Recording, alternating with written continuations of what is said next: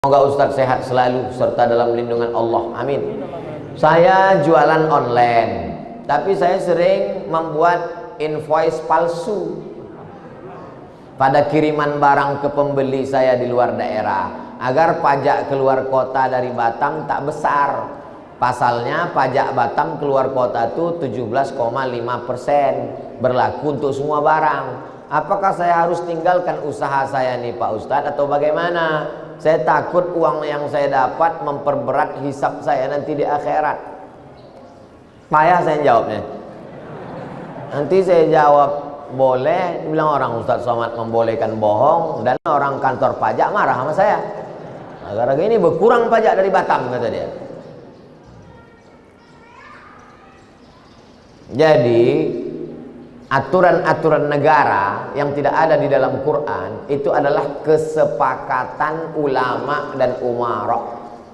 Kesepakatan la tajtami'u ummati ala dhalalatin. Umat ini tidak mungkin bersepakat untuk suatu kesesatan. Makanya kita disuruh atiullah wa atiur rasul wa ulil amri. Sama macam pakai paspor.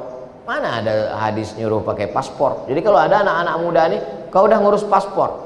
Tidak ada dalam Quran nyuruh paspor. Paspor itu bid'ah wa kullu bid'atin dhalalah. Pas mau masuk Saudi, mana bisa kau masuk? Begitu juga lah logika berpikirnya tentang masalah pajak tadi. Itu adalah aturan negara. Assalamualaikum Ustaz. Waalaikumsalam. Kami sudah lebih 10 tahun menikah. Mohon doa agar segera diberi Allah keturunan yang soleh, penghafal Quran dan cinta kepada alim ulama, terutama seperti Ustadz Abdul Somad. Nanti kita doakan. Mudah-mudahan yang belum punya anak punya anak. Saya udah 40 tahun Pak Ustadz belum juga punya anak. Hah? Kenapa gitu? Belum nikah. Nikah lah. Nanti di akhir majelis kita berdoa. Bagaimana saya menghadapi ibu kandung saya yang tak adil terhadap adab anaknya dalam memberikan kasih sayang?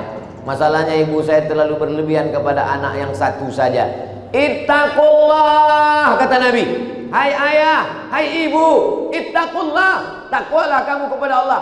Fa'dilu baina auladikum, bersikap adillah kamu di antara anak-anak kamu. Memang hati tak bisa berdusta. Kadang kita lebih sayang pada anak pertama daripada anak kedua, ketiga. Tapi hati memang tak bisa. Tapi zohirnya maka mesti bersikap adil. Adil tak mesti sama. Adil tak mesti sama. Anak 3, yang satu S1, yang paling kecil TK karena dia lambat nomor antrian. Tak pula belikan laptop 3 dikasih laptop. Anak S1 laptop, anak 3 kasih laptop, habislah. Nah, jadi letakkan sesuatu pada tempatnya, itu bersikap adil. Ibu, bapak jangan sampai kalian tak adil. Anak yang satu dimanjakan, jadi hantu dia. Anak-anak yang satu ini dicampakkan, boleh jadi dia yang berbakti. Nah, jadi kita tak tahu entah mana buah hati, belayan jiwa, permata-permata ini yang akan menolong kita di hadapan Allah. Yang pasti anak-anak kita itu adalah amal jariyah, waladun solihun, anak soleh. Bagaimana hukumnya orang meninggal dan belum jelas karena virus corona, sementara langsung dikubur, tak dibuka baju dan pempersnya? Dan kalau memang jelas corona, apakah termasuk mati syahid? Hai pegawai-pegawai, dokter-dokter, bidan-bidan di rumah sakit, kalian akan dituntut di hadapan Allah seperti aku juga akan dituntut dalam setiap ucapanku ini. Ma yalfizu min qaulin, semua cakap yang keluar dari mulutmu Abdul Somad, kau akan dituntut. Maka begitu juga kau saudara-saudaraku akan dituntut. Apakah kau amanah atau kau curang di situ? Apakah betul atau hanya kau permainkan di situ?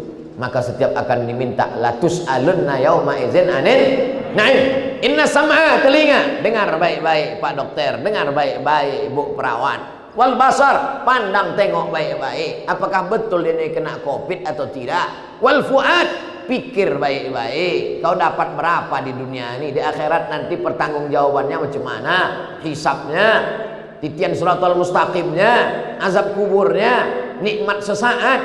Setelah dapat kau pastikan bahwa ini covid, katakan covid. Kalau tak covid, balikkan ke keluarganya biar bisa diselenggarakan jenazahnya. Kalau ini memang betul COVID, maka ada petugas jenazah pakai baju astronot,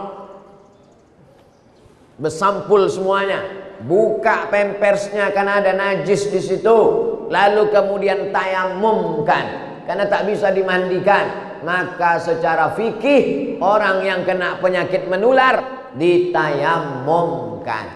Walaupun kau pakai plastik, pakai baju astronot, ambil tanah, pukulkan, sapukan ke mukanya sekali, sapukan. Jangan takut kena matanya, tak akan berkedip. Sapukan ke tangannya, setelah itu pakaikan kain kafan, setelah itu bungkus plastik, karena dia adalah saudaramu. Kami berterima kasih kepada kalian Bapak Bidan, Bapak Dokter, Ibu Bidan, Ibu Dokter, karena kalian sudah menyelamatkan. Kalianlah ujung tombak perjuangan. Kalau kalian amanah, maka semua pahala kalian dapat. Tapi kalau kalian berkhianat, maka sesungguhnya dosanya juga akan berlipat-lipat. Kenapa? Karena mereka melaksanakan fardu kifayah. Fardu kifayah sudah mereka laksanakan. Lalu kemudian dikuburkanlah. Adapun sholatnya bisa diletakkan di keranda lalu sholat. Takut dibawa ke masjid menular sholat. Allahu Akbar. Bahkan di dalam mobil ambulan itu pun bisa. Di dalam buka pintu jendelanya, dari luar tuh Allahu Akbar. Di tepi kubur sebelum dimakamkan diletakkan di atas kayu, sholatkan. Setelah itu baru dimasukkan ke dalam. Hanya masalah mandi saja bisa diganti dengan tayamum. Adapun sholat jenazahnya tetap. Jangan pula tak kalian sholatkan. Gimana udah sholat jenazah? Kami buat webinar aja Pak Ustadz. Mana pula sholat online?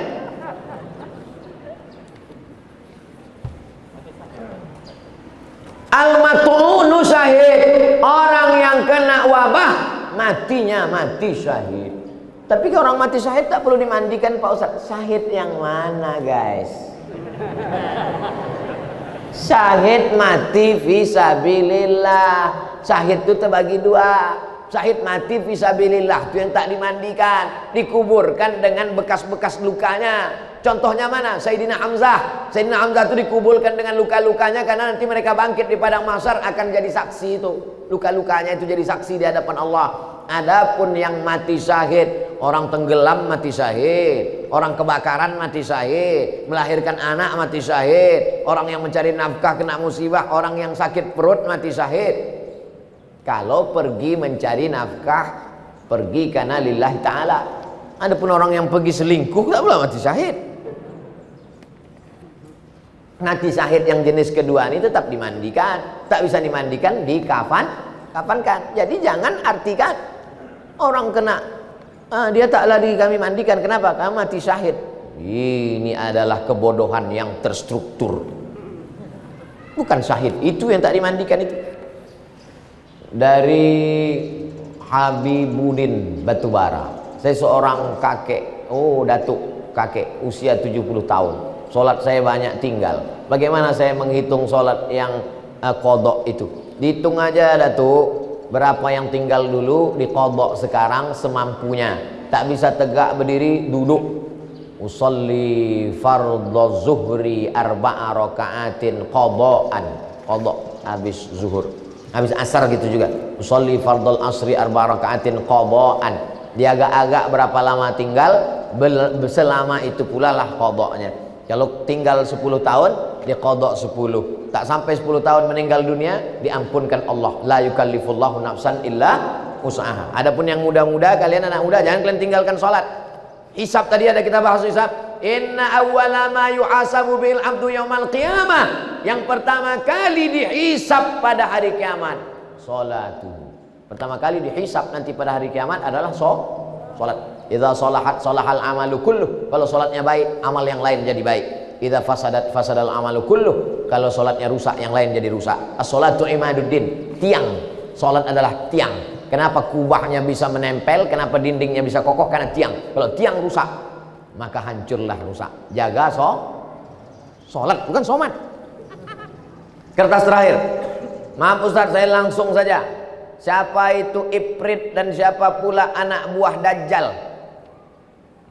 Wa qala ifritum minal jin. Jelas ayatnya. Cerita tentang Nabi Nuh, cerita tentang Nabi Sulaiman. Ifrit itu adalah minal jin, dari kalangan jin. Nama komunitasnya jin, bukan bikers subuhan. Nama komunitasnya jin. Jin ini terbagi dua. Anna minnal muslimun, kami ada yang jin muslim, juz 29 surat Al-Jin. Wa minnal qasitun, kami ada yang jin kafir. Ada jin muslim, ada jin kafir. Jin muslim masuk surga. Taharrau rasyada, mereka selalu mencari kebenaran. Yang jin kafir, kanu li jahannama hataba, masuk neraka jahanam. Jin ifrit termasuk jin mana? Jin ifrit yang ada dalam cerita Nabi Sulaiman. Dia menawarkan, ana atika bihi, aku sanggup membawa kursi Balqis, kursi tempat duduk Balqis, dari Yaman ke Palestina. Qabla an taquma min maqamik, sebelum kau tegak dari tempat dudukmu Sulaiman, sudah bisa kubawa kursi Balqis. Wa qala alladhi indahu ilmun minal kitab, datang seorang laki-laki, orang soleh, ilmunya dari Al-Quran. Apa kata dia? Ana atika bihi, aku bisa membawa kursi Balqis dari Yaman ke Palestina. Berapa lama? Qabla an yartadda ilaika tarfuk, sebelum matamu berkedip. Jin ifrit sanggup membawa sebelum Sulaiman tegak. Orang beriman sanggup membawa sebelum Sulaiman berkedip. Mana yang lebih hebat, orang beriman atau jin ifrit? Kenapa masih minta jin ifrit? Banyak orang sampai tak makan tak minum pergi ke pohon rindang. Hai jin, datanglah. Kata jin, aku dulu udah kalah tender waktu zaman Sulaiman. Kau datang juga sama aku lagi. Bongak, kata jin. Bodoh, kata jin. Siapa pula anak buah Dajjal? Anak buah Dajjal adalah semua orang yang memperturutkan hawa nafsu menjadi setan. Setan itu dua, sayatinal insi wal jin, dari kalangan manusia dan jin. Alladzi waswisu fi sudurin nas minal jinnati wan nas. Maka dia termasuk tentara-tentara Dajjal. Bagaimana jika keduanya sudah berada dalam tubuh kita, Pak Ustadz? Diruqyah, dikeluarkan. Ruqyah pribadi, baca sebelum tidur malam. Tadi malam saya sebelum tidur malam baca Fatihah sekali, Qul huwallahu 3 kali, Qul falaq sekali, Qul nas sekali, pangkal Al-Baqarah 6 ayat sampai walaikumul muflihun, ayat kursi. Sesudah itu lillahi ma fis samawati sampai ujung 3 ayat. Habis itu tahlil la ilaha illallah, habis itu selawat, tiupkan ke telapak tangan, habis itu hembuskan ke muka, ke badan. Saya di Pekanbaru tidur tak terlalu takut, tapi di Batam ini takut. Entah karena tempat juga ya. Bagus, makin takut makin khusyuk kita. Menurut Ustadz yang berceramah di YouTube, barang siapa di dalam tubuhnya ada anak buah Dajjal, orang tersebut akan tunduk dan patuh terhadap perintahnya. Iya, kalau di dalam badannya ada anak-anak buah Dajjal bersarang, tak keluar dia, maka akan itulah ikut, karena dia selalu berbisik, ikut bos aku, ayo ikut Dajjal. Jadi sistem Dajjal ini multi level marketing. Dia selalu mengajak, dan dia caranya itu bolak-balik. La'atiyannakum min baini aydihim, aku akan datang dari depan, wa min khalfihim dari belakang, wa an aymanihim dari kanan, wa an sama'ilihim dari kiri.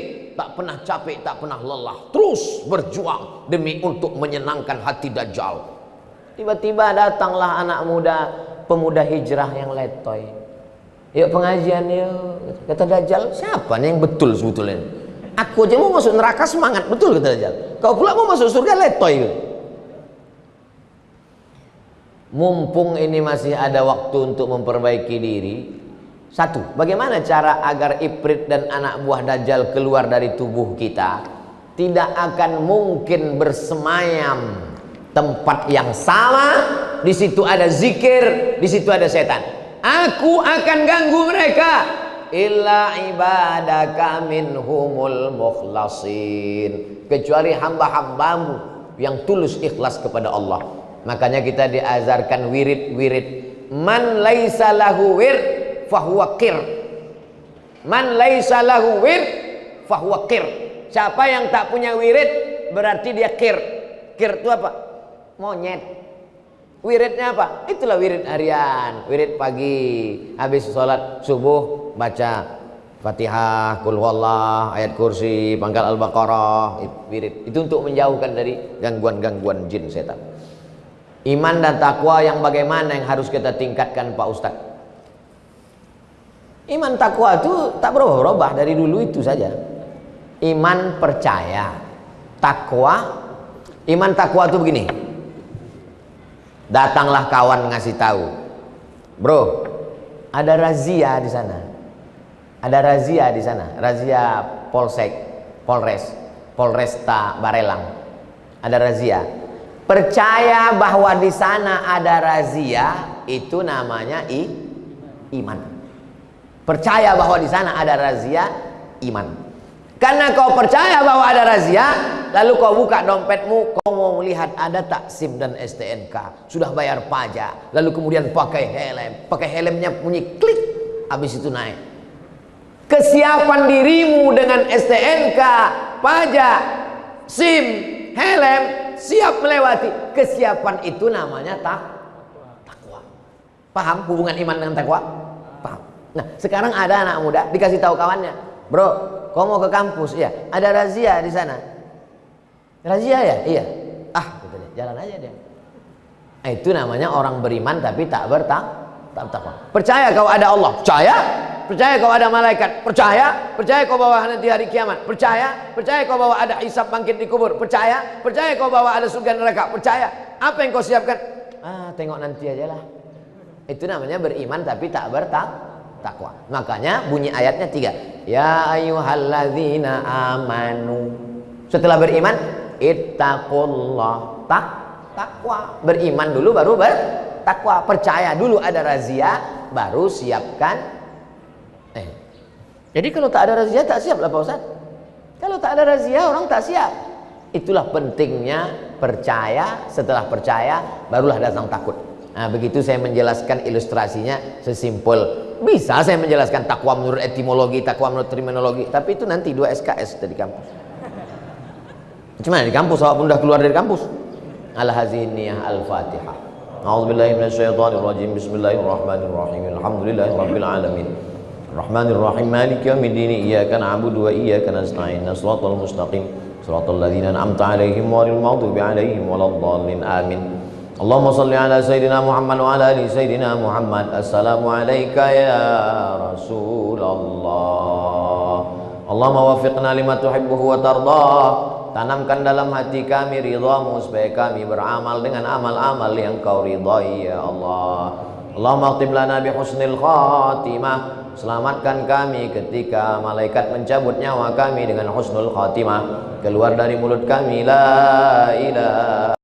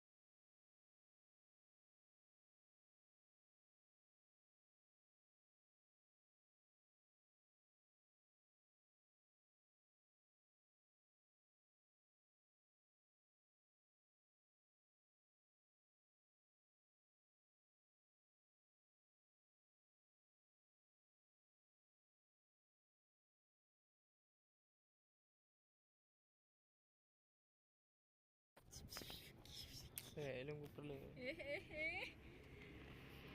Siap. Cara menikmati sunset. Kau harus punya HP 6 lagi GoPro. Boleh buka video 6 menit.